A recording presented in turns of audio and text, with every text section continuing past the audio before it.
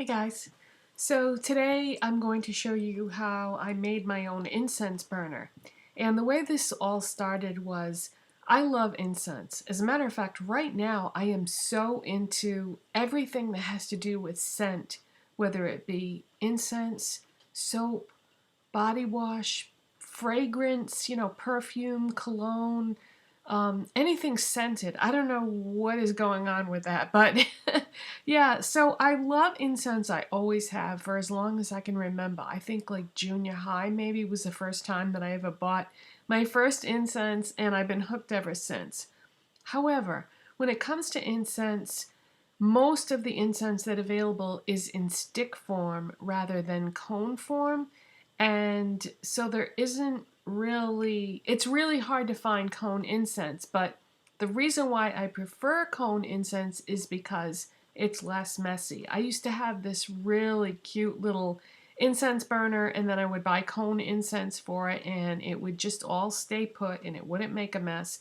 But with stick incense, no matter what kind of burner you use, it just goes all over the place. If you use those long, usually they're made out of wood. If you use one of those long wooden type of incense burners and you try to center the stick, it will sometimes stay where it's supposed to, but sometimes it just goes all over the surface of wherever you place the burner. If you get the round disc kind, it will sometimes fall onto the disc, but sometimes it won't. So I was so tired of having to clean up the mess associated with burning stick incense that I decided to make my own. So I went to Michael's, and Michael's is a craft store chain that's in the United States, and I think, most of you have a Michael's near you. It's pretty much everywhere. And what I did was I bought a 6-inch clay pot. And it looks like this, and it looks enormous on camera, but it's 6 inches, so it's not really that big. And that was only $2.39, okay? Cheap enough. And then I bought a 4-inch clay saucer to go underneath it. So this is a separate piece. And the reason why I did that is their clay pots have a hole in the bottom because they're usually used for plants, I guess, and the hole in the bottom provides drainage when you water the plant. So there is a hole in the bottom, so I wanted to get a saucer to go underneath it, and these are both right in the same section of the store. Now there is a label on the bottom of that hole, so it's not essential that you get the saucer to go with it. By the way, the saucer was only 79 cents, so I think it's worth it to get the saucer because if that label that's on the bottom of the clay pot falls apart or falls off, you don't want what I put in the pot to go through the hole and make an enormous mess all over your house. So it's worth it to spend that 79 cents for the saucer. So, okay, this is going to be your incense burner. And then what did I fill it with? I filled it with something else that I got at Michael's. This is Ashland Decorative Stone Granules. And this is a brand new bag right here. I bought 2 bags. I used one to put in there, and then I bought 2 so that I would have one to show you in the package so you could see what it would look like. But also what I'm going to do is as time goes by, I may want to change, throw away what's in there and then put some new stuff in there, because as the ash falls when you burn the incense, it's all going to fall in the pot. So you can either scoop out the ash that's on top with a spoon or something and then throw that away, or you can just leave it in there if it doesn't bother you that it's kind of messy looking. You can just leave it in there, and then when it becomes more ash than granules, you could just dump the whole thing out and throw it away and then put new granules in there. I don't feel like you necessarily have to do either one of those things. Like I said, you could just leave it. You could mix it in. Now, they have lots of different kinds of this to pick from at Michael's. The reason why I bought this one is because it looks the most like sand. And that's what I was originally going to use, is sand, because I live in Massachusetts and it wouldn't be a big deal for me to drive to a beach and just scoop up some sand from the beach and take it home and put it in this pot. But I thought, no, you don't know what's in that sand. You know, there could be sand fleas in there, and now you've brought fleas into your house. Not a good idea. Or somebody could have been walking their dog on the beach, and there could be dog droppings in the sand. I mean, you don't know. It's not clean, so I thought, let's not do that. Not only that, but I realize that most of you don't live at the ocean or near the ocean so that you can just go get sand at the beach. Most of you probably live inland, so that isn't possible. So I thought, all right, let's find something that looks like sand, and that way we can kind of recreate that. So this just says decorative stone granules on here. It doesn't really give you any information about whether it's even crushed stone or sand or what it is. It just says decorative stone granules. So I'm assuming that it really is. And then they show on the picture, they show someone making like a terrarium with shells and stuff like that. So anyway, this is the one that I got. But if you don't like this, they have lots and lots of other things to pick from. They have colored stone granules. They have different textures. There's lots of different things to pick from. The reason why I chose this is not just because it looks like sand, but also it has texture to it.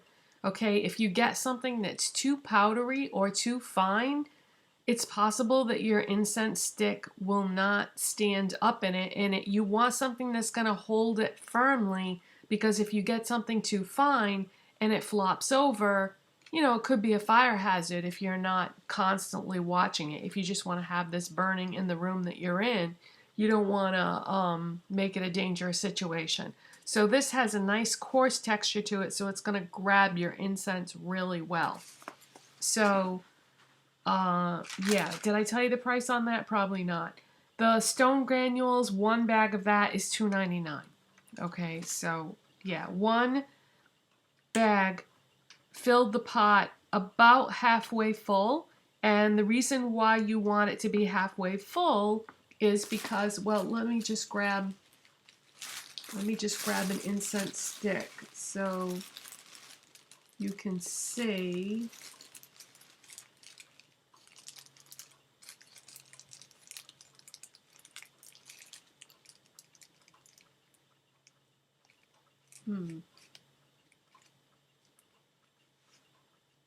Just gonna pick one at random here.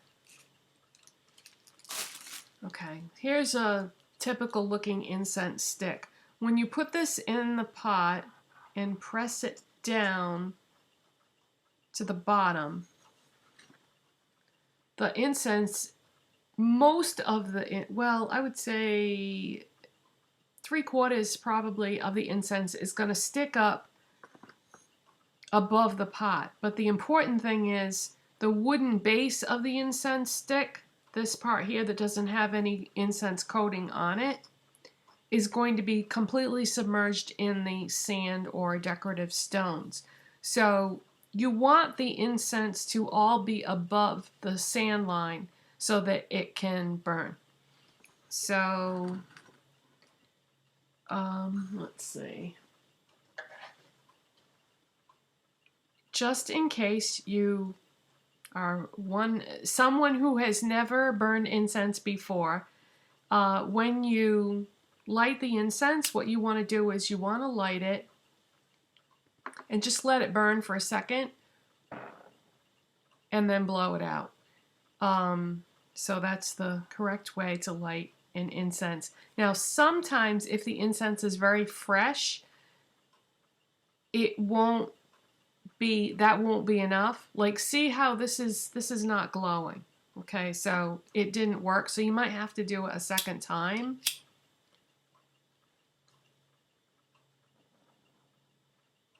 But the thing is, you don't want to, that time it worked, as you can see, what you don't want to do is you don't want to let that flame burn the incense too long, because if you don't blow it out right away, when you go to blow it out, it could create sparks and pieces of incense could flake off, land on the carpet. You don't want to do that. So that's the safe way to light this. Okay, so that's how I made my own incense burner, and so far it's working out great. The only other thing that, this isn't necessary, but when I saw it, I couldn't resist. In the same area where they have those pots, they have little decorative things that you can hang on the side of the incense, on the side of the clay pot. I got this little turtle. I just thought that was so cute, and it's actually quite realistic looking. This was the most expensive thing of the whole thing. It's called a clay pot hanger, and it was $3.49, which is still not bad, especially since, you know, once you have it, you have it. You don't have to keep buying it. And they had all different little animals to pick from. They had cats, they had porcupines, they had all different things. But I just thought the turtle was really, really cute. So his hands have like a hook on it, and then you just hook it on the side of the clay pot. Okay, so that's that. So, you know, the whole thing together costs less than $20 to make, and I'll just have that now for probably the rest of my life, and as long as I don't drop it or something, I should be all set. So I'm just going to show you some of my incense now. I'm going to start with the newest things and work my way back. You know that store that I was talking about in my last video? Elite Ideas Trading. It says bamboo, incense, Zen, music, and books. They have all kinds of stuff in there. Well, they have a huge selection of incense, and they have a big display. The brand was Wild Rose, and they have this thing where you can just get 15 different sticks for $5. So that's what I did. The only thing I don't like about that is now I have no idea what incense that is that's burning back there, because they're not labeled in any way. And if you take 15 different incense sticks, or a variety of a few different ones, you're not going to know what the scent is. And then if you really like it, you won't be able to pick it out again. So yeah, but the incense itself seems to be really nice quality, and I'm sure you can buy it at other stores besides this. So I'm pretty sure it was called Wild Rose. So that's my newest acquisition. And then when we went to Connecticut recently for my birthday, I went to this little boutique type store in Mystic called Mystical Elements. And I picked up a couple of packages of cone incense there, because at that time I hadn't made this stick incense burner, so I was still buying cone incense. So I got this. This is by the brand Hem, and I have seen this at other stores. They have it at that Elite Ideas Trading too. So I think this is a pretty popular brand of incense. And I got the white sage incense cones. And then I also got this. This is by Aroma Valley, and it's the meditation incense cones. And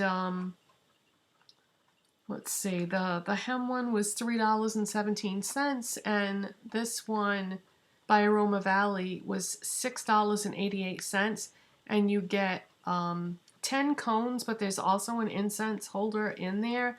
And I don't really need any more cone incense holders, but when I picked this up and smelled it, that sold me on it. I was like, oh my God, this smells so good. I have to get this one.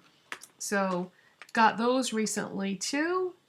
And then right around that same time period, I was at Rite Aid. My husband wanted to go in there and get something, so I just went in there with him, and I started walking around.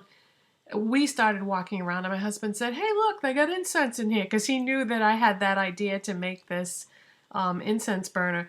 So he went and looked at whatever it was we were in there for that day, and I went and looked at the incense, and they had this brand of incense called Off the Wall, and I got this. This one is Dragon's Blood, and then it says inked on the side. This one is Dragon's Blood, and I have seen Dragon's Blood incense periodically, but I never knew what it smelled like, and it smells really good, but I wouldn't have any idea how to describe it to you, so I'm not very good at describing scents. But yeah, so I picked that up, so now I know what Dragon's Blood incense smells like. Smells really good. And then as far as the rest of the incense that I had already, I had a package of Sandalwood, and this was actually from Ocean State Job Lot, which is a chain of discount stores it's in the New England states, and it's also in New York, and this is not that great because it was only 50 cents. But this is from the Endar Corporation. Yeah, so that's not that good, but it's all right. Then I have a package of Patchouli Incense from Target, and this was very inexpensive too. This was only 89 cents, but I've had this for a while, so the price of this might have gone up by now. But it's not bad for 89 cents. Then I have this. This is Botanical Creations, and this is Sandalwood, and it says meditation on it. This one, I think I got at Whole Foods Market, but I'm really not positive because I've had it for a long, long time. But I just figured I would show you, the different ones that I have. And then I also have this. This is Santa Fe Incense, and this is Sage. And I think I got this last year at that little boutique where I bought this other cone stuff. So I think that's from Connecticut. And then this belonged to my husband. He had this when I met him, which was, we've been married for 7 years, so I've known him for like 8 years, or something like that. And I don't even know where he got this. It says, Money House Blessing Fruit Assortment Incense Sticks, 40 Stick Special Pack by E. Davis. So I have no idea where he got this from, but he thinks I asked him, he thinks it might have been Ocean State Job Lot also. So that's what I have right now for incense. And I did want to just show you one more thing that I have that's not incense, but scent oriented, just because I feel like it's something different. It's from Mandalay Bay in Las Vegas, and they are called scent sticks. And Mandalay Bay, if you've ever been there, smells like coconut spice. And what these are, they're wooden sticks that have been dipped in their signature scent, that the whole place smells like that. And I got these at some little gift shop in Mandalay Bay, and I've had these. I got these on our honeymoon. We got married in Las Vegas and spent our honeymoon there, and then we went back many times after that. But I bought these there, and at first I used to put them like in different rooms of the house, and they would smell nice. They would smell like the coconut spice for, I don't know, maybe a couple of weeks, and then you would have to throw the stick away because it wouldn't smell like anything anymore. So it was kind of nice because it was like incense, but you didn't have to light it. But then I thought, you know what?